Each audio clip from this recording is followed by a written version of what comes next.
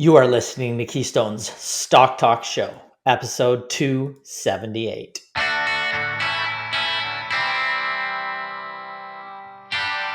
If this is your first time listening, then thanks for stopping by.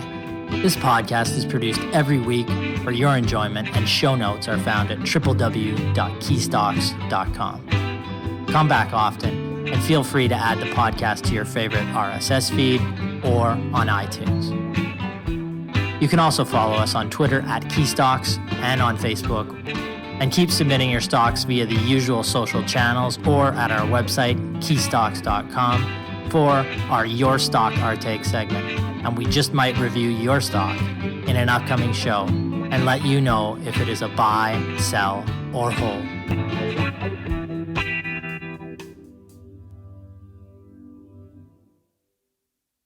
Great to chat with you again this week. I will start with a segment on the Trump bump following the U.S. election and answer a question on whether the Donald is good for small cap stocks, specifically ahead of my speech at the virtual Money Show this Wednesday at 9:30 a.m.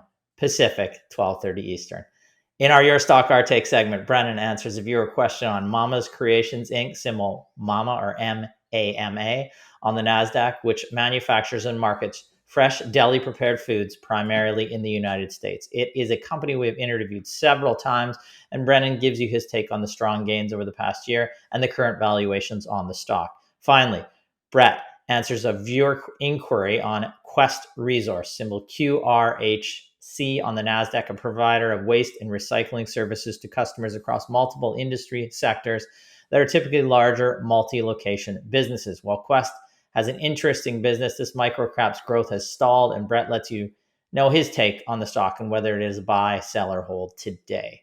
All right, let's get to the show. My co-host, Mr. Aaron Dunn, is away this week, but the Killer Bees, Brett and Brenner, are here to save the day. How are you guys doing? Doing well. Do you miss Aaron? I mean, sure. Send him that reaction right there. He's gonna hate it. But no, what I was gonna say, like what's on the top of my mind is the snow that is in Alberta and Saskatchewan. We absolutely got hammered, and my lower back is feeling it from yesterday because I had to shovel out my car, and tons of snow, over a foot for sure in Saskatoon. That's crazy. Yes.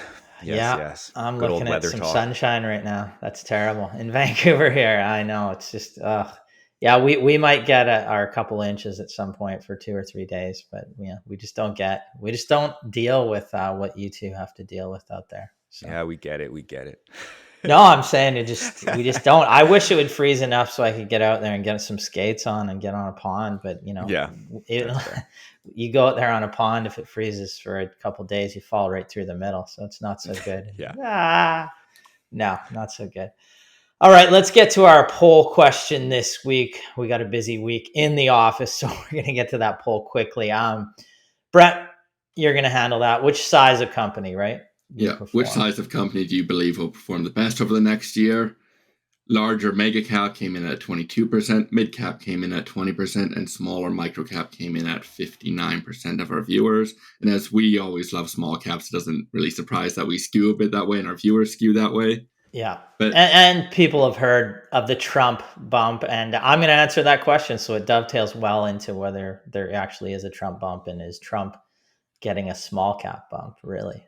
Or has Trump just got a bump?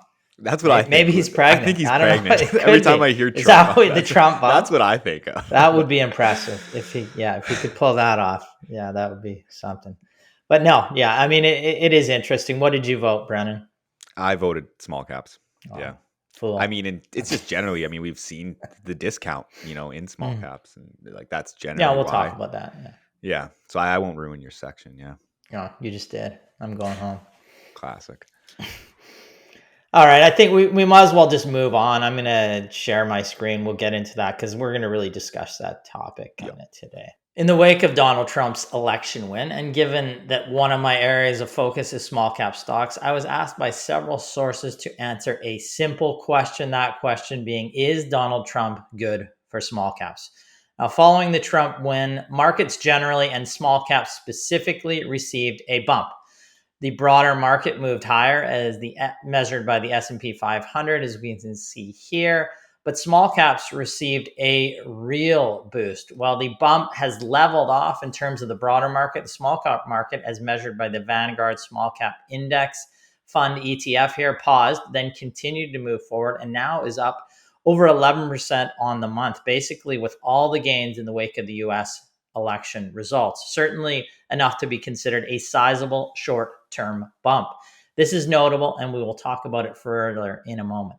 Now let's quickly look at past historical post-election market returns to see if we can draw any conclusions here. Well, this is the S&P 500 election results. The day after, you can see results were lower on average across the last 11 US elections. The same thing on the Dow, but by the year end, they were higher. Lower the day after, by the year end, higher. And the same thing can be said on the NASDAQ. On average, it's been negative. Similarly, the day after, but at year's end, the markets were higher. This is likely, in my opinion, driven by the fact that the stock market investors really just love certainty rather than by any potential favorable policies from the incoming president. Now, I'm going to note a couple of items from these post-election numbers, some commonalities here. Generally, the day after and the week after following the election, if they are positive, the gains by year end were above average, the average gain at that time. Following the Trump win in 2016, the markets ended positive and held a solid gain for the year to year end. The biggest gains of all the 11 elections by year's end actually came following the Biden win in 2020, and they were actually statistically larger by a significant amount at 11.48% by year end. So go figure there. Let's take a quick historical look at the election outcome scenarios and market performance following the election. One might think that a scenario 1 and 5 here would have statistically significant outcomes. Scenario 1 and 5 being White House and Congress in control by one party, but the numbers say otherwise. It is scenarios 2, 3, and 4, which are more divided, that provide more statistically significant impacts on the market. We are in scenario 5 right now, which is statistically indicative there could be little impact. Now, over the coming weeks and months and even year, you will hear many theories on what a Trump presidency may or may not do for the stock market. You also witness many pundits picking winning sectors and individual stocks they believe will outperform based on how they believe Donald's second term will play out. Now, here are some of the commonly held beliefs that I often hear. Trump is good for commodities, oil and gold as primary beneficiaries. Many believe he is good for Bitcoin or cryptocurrencies, bad for vaccine stocks, and a significant positive for smaller companies. For many well-documented reasons, I am generally skeptical on the value economic policy predictions can add in terms of real returns to any portfolio over the long term. Nevertheless, we will quickly examine some of the more popular current predictions, including the potential for small cap outperformance under Trump. Now, in the immediate aftermath of the Trump victory, investors began buying up stocks of financials, as we can see here, smaller US companies and cryptocurrencies, as we can see here. Now, as they laid bets on the winners coming out of Trump's preferences for higher tariffs, lower tax rates, and lighter regulation. So why have small caps benefited most from this buying? Well, I'm going to give you about 3 or 4 reasons here. Number one, we're going to start with, as opposed to the Canadian financial markets, which are dominated by 5 banks, the US is littered with hundreds of small regional banks. Many are public themselves, and small caps. Talk of lower regulation help buying in financials, but due to the sheer number of US small cap banks, small cap indexes have benefited disproportionately from the bump. Looser regulation also tends to make mergers and acquisitions easier in the financial arena, a tangible potential boon for these smaller banks. Let's continue on that theme. Number 2 here. Secondly, I'd say higher tariffs are thought to be positive for smaller US companies, industrials specifically, industrials which also heavily weight into small cap indices or indices, and could be another driver of small cap gains thanks to Trump's policy to focus on the domestic economy. In theory, small to mid-sized manufacturers that competed with China, for example, those scant few that are still out there, should be benefactors. Thirdly, a significant increase in tariffs will make many goods cost more, which could create inflation theoretically, which is generally bad for most companies, but it can be thought of as good for commodities. With surging costs, however, whether this actually translates to better cash flow per share in commodity stocks, which is often assumed, remains in question. If you are looking in this sector, make sure you look at good balance sheets and low cost providers. They are best positions. Let's quickly look at some headline commodities here. We can see gold up over the past 6 months. In October, gold surged past a record 2,700 US per ounce. Many think this rally is linked to inflation concerns, aggressive central bank buying, and rising global tensions. While gold-inflation relationship isn't an exact science, many believe the gold price increase reflects inflation fears, but gold actually moved lower initially in the wake of the Trump win. We can look here at the iShares US Energy ETF. Energy stocks, including oil, exploration, and drilling names, had rallied since Trump won the election. He is thought to be as more petroleum production friendly with his drill baby drill campaign slogan. While an extremely short sample size, crude has actually declined since he was elected. We caution that a supply increasing drill baby drill policy could actually be a significant negative unless costs are somehow reduced massively for producers. If oil prices drop on higher supply, a robust drilling environment could help energy service companies, but in almost every period of falling energy prices in the past, drilling naturally declines. This is bad for energy drillers and service stocks. It remains to be seen what effect, if any, Trump will have near, mid, and long term on oil companies. It has been reported that Trump is good for defense spending, which should be good for defense stocks. But I've also heard the Donald state that he has a plan to help end the conflict in the Ukraine and other regions. Great for soldiers and people who are dying in these conflicts, but not great for the defense business. So what would we say? Well, proceed with caution when basing your portfolio on election results. In the end, every prediction is dependent on each of the policies driving the optimism moving forward, having the desired effect. This is most often easier said than done. In an interconnected world, despite protectionist efforts predicting how global events such as pandemics, wars, China, a debt crisis, or other events that can have massive effect on a sitting government's policy will play out over the next 4 years is often a fool's game. So what should you do? If you're looking at individual stocks, we advise investors focus on the earnings quality of the businesses they are buying rather than a pundit's prediction on what any sitting government's policy may bring. In most cases, your holding period, even in small cap, should vastly outlast the staying power of the current president or prime minister, for that matter, and his or her policies. As for small caps specifically, the outperformance trend was already in place. Small caps have been quietly gaining momentum for the better part of a year. Stock market gains are no longer concentrated in a handful of mega cap technology stocks, and deglobalization had been a market buzzword for months. As we have detailed to our clients many times, and even on this podcast, the opportunity in small cap stocks has truly been centered around the valuation gap between small and large cap stocks. And while it has narrowed, driving the outperformance in 2024, average multiples on profitable small caps remain at a significant discount to their large cap and in particular mega cap brethren. So purely from a numbers perspective, the multiples continue to be in favor of the small. The 10 largest constituents of the S&P 500 index account for over 36% of the overall index and trade at a forward PE of 32. The 490 remaining stocks in the S&P 500 trade at a forward-looking PE of around 21 today. And the S&P 600 small cap index currently trades around 15.8 times forward-looking earnings for the first 20 years of this decade. To give you an idea, this century, sorry, not this decade, small caps traded with premium multiples relative to their large cap brethren.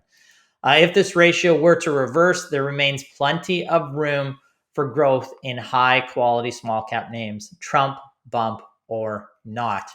All right, that's going to close out my segment.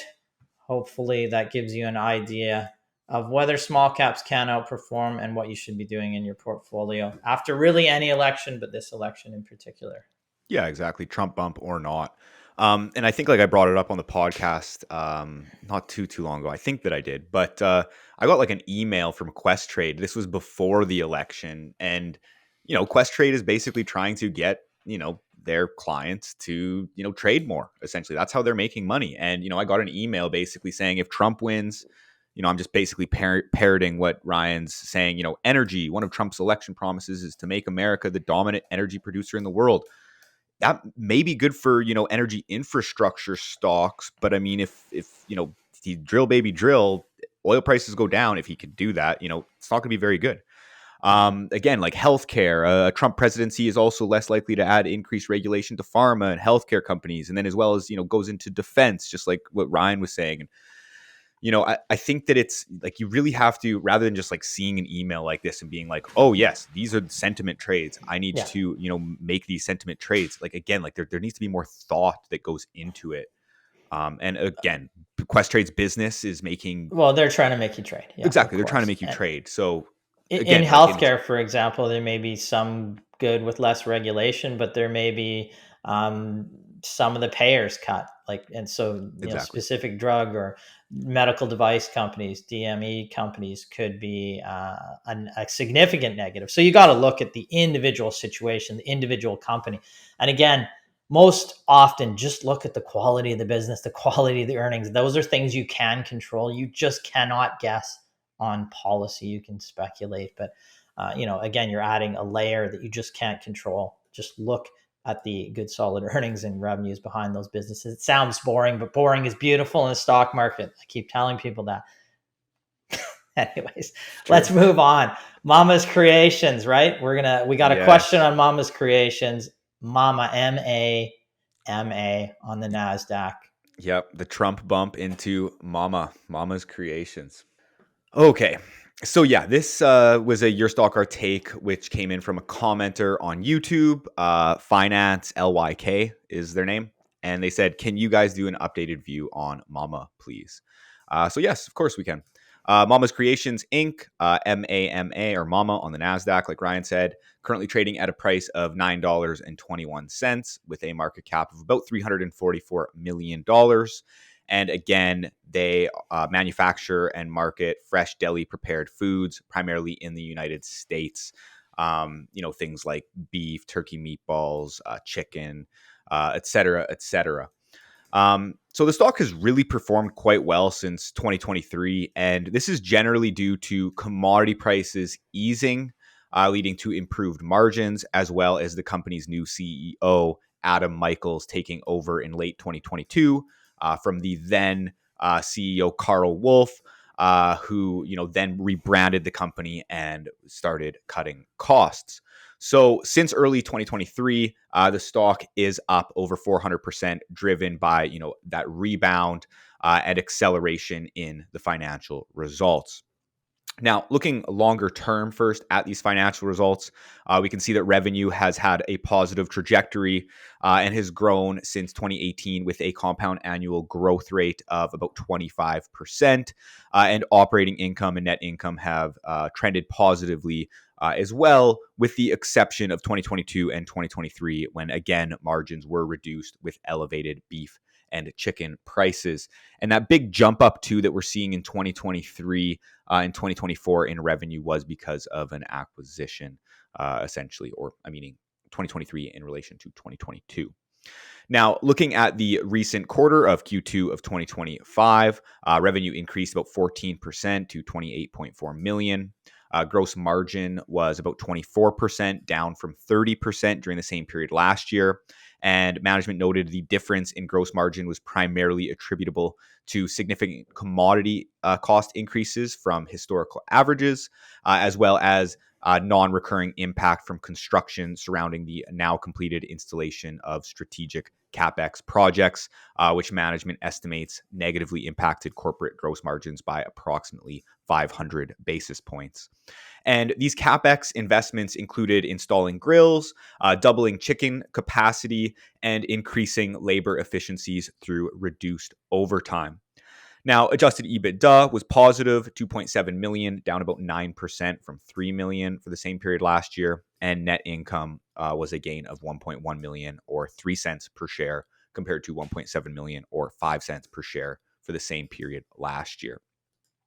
Now, looking longer term, here is what the company's margins have looked like. And we can see here that there was that good rebound from the 2022 to 2023 lows, despite margins being a little depressed recently due to investments and commodity prices, increasing again. Now, the company doesn't have a specific or formal guidance, but they do have some targets included, which include normalized gross margins are expected in the upper 20% range, with the potential to reach the low 30% range, driven by investments and operational improvements. Adjusted EBITDA is expected to be in the teens percent range over the medium to long term. And management says that they are committed to paying down debt using cash flow, which is obviously a good thing to hear. And let's look at that balance sheet here. So it does remain quite healthy with cash of 7.4 million and debt and leases of 8.6 million, providing a slight net debt position of 1.2 million. And the change in cash and cash equivalents was primarily driven by 3.5 million in capital investments and about 2 million of debt pay down. Now, looking at the valuation here, the stock currently trades at about 70 times trailing earnings, an enterprise value to adjusted EBITDA multiple of about 30 times, and about 36 times trailing cash flow. So keep in mind, margins were somewhat depressed over the past 12 months or more recently in the last couple of quarters. But again, the stock is not expressly cheap. And if we were to compare this to a peer like Armanino, hopefully I'm saying that, Armanino Foods of Distinction, AMNF on the OTC, which is about 2/3 the size of Mama's and has grown at a slower pace with a revenue compound annual growth rate of about 9% from 2018 to 2023. But it trades with much more reasonable multiples of about 18 times trailing earnings, 12 times trailing cash flow. It also pays a dividend yield of about 2% and has a net cash position of over 20 million on its balance sheet. So very healthy there, the attractive fundamentals. So, although the growth is slower with Armanino, it is attractive comparatively, I would say. And as I show here as well, over the past 5 years, Mama has traded with a median price to earnings multiple of about 29 times, while Armanino has been trading at around 20 times. I think it's actually closer to 19 times, but around there. So you can see the discount. So to conclude, Mama's Creations is fundamentally attractive, I would say, and management indicates there is room for further growth and margin expansion. But the company is a price taker when it comes to inputs, including chicken and beef, which can negatively impact margins as we saw in 2022 and 2023. Now, the balance sheet remains healthy and is in a slight net debt position. And the company is investing to expand margins and capacity long term, which has hurt margins near term and led to valuation multiples higher than typical. But even in a normalized environment, the business has never been expressly cheap in our opinion. So yeah, that's essentially my take on the company. Not a bad company, but it's just it is pricey, for what you're getting, in my opinion. And then here's just the disclosure. Keystone, our employees don't hold any in either the companies that I went over. And it's an interesting company. They used to have an interesting CEO, and I think we've interviewed their CEO who seems very competent. Yep. He seems like he knows what he's doing. I just think right now the valuations, it's been on quite the run. The valuations are there's not a margin for safety in there that we'd see at all. And any misstep, and if the markets were to turn negative, I think this is a good company, but it's trading at premium valuations. And while it deserves some premium, likely not the premium that it's trading at right now. Yeah, especially on like Brennan highlighted how they're price takers for the inputs. That can just destroy the business effectively overnight, out of their control. And we saw that recently, obviously, with the pandemic. You're not expecting another one of those anytime soon, hopefully. But if there is increased inflation pressure, with some people expecting that now, with like Ryan was going through with the Trump trade, if that does happen, like that would hurt Mama to some degree. If, of course, food prices nobody wants to hurt those Mama, tariff things, but yeah. But exactly, and like that's kind of the thing, is it would be nice to have that margin of safety if you're paying a lower multiple to take on that risk of being a price taker. Again, not a bad business. I think that they've been executing well, and we'll continue to follow them. For sure. All right, let's quickly move on to Brett's segment, Quest Resource, QRHC on the NASDAQ. So Quest Resource, symbol QRHC on the NASDAQ. The company is a provider of waste and recycling services to customers across multiple industry sectors that are typically larger, multi-location businesses. Quest creates customer-specific programs and performs related services for collection, processing, recycling, disposal, and tracking of waste streams and recyclables. Effectively, they connect waste generators with recyclers. That's the easiest way to put it. The stock is currently trading at $762 with a market cap of $150 million. The stock did trade quite a bit higher earlier in the year, but has since fallen off and is really just flat so far year to date. Looking at the last quarter, Q3 2024, revenue came in at $72.8 million, an increase of 3.3% over the prior year. Gross margin fell by 5.9% to $11.7 million. As gross margin profit fell by 5.9% to $11.7 million, as gross margin fell to 16.1% from 17.7%. Adjusted EBITDA came in at $2.5 million compared to the prior year's $3.7 million. The company had a net loss of $3.4 million compared to a net loss of $2.1 million, or a loss of 16 cents per share compared to 10 cents per share, respectively. The quarter and year to date really have been relatively flat overall, but the company did note for the third quarter that cost of revenue as well as SG&A was negatively impacted by transitioning to their new vendor management system. As well, some customers have actually been seeing weaker volume, which they do believe is temporary, as they do highlight the customer relationship is still intact, but the customer themselves, they're seeing economic weakness, create less waste, and that means that they'll be getting less volume, and ultimately Quest would be receiving less revenues from them. Looking at a longer term view, we can see there's really been little growth since 2022. In 2021, the period the company conducted acquisitions, which is why you see such a sharp ramp up of revenue. From 2020 to 2021 to 2022, there was the acquisition period. And prior to that, when they were consolidating down, you can see 2016, 2017, 2018, revenue was consolidating. They were really picking apart the company for higher margin services that they were providing and really trying to make the business profitable. And you can see their gross margins did uptick. So they did do that successfully, but we're not seeing that organic growth in the last couple of years. A couple of positive factors which may influence that, which management has highlighted, is they expect in 2025 to have $20 million more in incremental revenue from net new clients. As well, the company expects to be able to save $2 to $3 million in recurring costs once that new automated vendor management program is fully implemented. Shifting to the balance sheet, however, there is significant debt on it at this time. The company has $71.9 million in net debt, which off the trailing EBITDA of $16.3 million is net debt to EBITDA of 4.4 times, which is quite high. The debt is really, it has a quite high interest rate as well, at 11.8% for the last quarter, really bearing down on the company's profitability or potential profitability at this time. You can really see when you go look at the income statement that they're bearing on that operating profitability, slight loss at this time, but then once the interest expense comes in, it puts them firm into a net loss. The company is in the process, which it expects to be completed by the end of the year, to refinance at a lower rate. As well, the debt is all floating, so they will just benefit in general from any interest rates cuts, regardless if they are able to refinance or to what degree if they keep it floating. A quick look at valuation, the company is trading at 14 times EV/EBITDA, but given the lack of growth, that is quite expensive.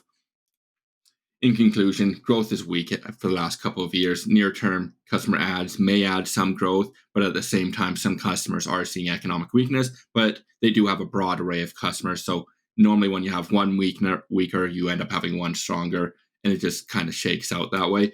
But you really need to see where that balance ends up between new customers and existing, where the growth in the financials, and we haven't really seen any growth at this time. The balance sheet isn't great, partly due to the high interest rate on that large chunk of debt, and it is quite leveraged at this time. And all that together really makes the valuation quite pricey due to the lack of growth, due to the not superb balance sheet. It's not the worst thing ever, but it's not great either. The company really is in the stage where it needs to show the results of both revenue growth and bottom line growth. You need to see that debt refinancing, and then you need to start seeing organic growth. And then really that's where you want to see from there. For now, we'll continue to monitor for some more appealing financials in the future. Yeah. When I heard the name, I thought that it was a junior exploration company. Yeah, no, it's not, but it's definitely, just in terms of current growth the last couple of years, profitability, balance sheet, it just, we're monitoring a company like that, but it doesn't meet our criteria, right? Like right now, there's just so many other choices that are, hitting in terms of revenue growth, hitting in terms of good balance sheets, and hitting in terms of profitability. We're looking at, about 1,000 companies in the US right now that have, net cash, have from operational profitability, and we're looking to screen out growth and then interview management teams, and those are the names we're looking at. Quest, interesting, but would not meet that criteria. Yeah, and even on the growth part, it is in an industry which you're not expecting the greatest growth ever, but so you can't really pay a premium valuation unless it has something else behind it, which it really doesn't at this time. No.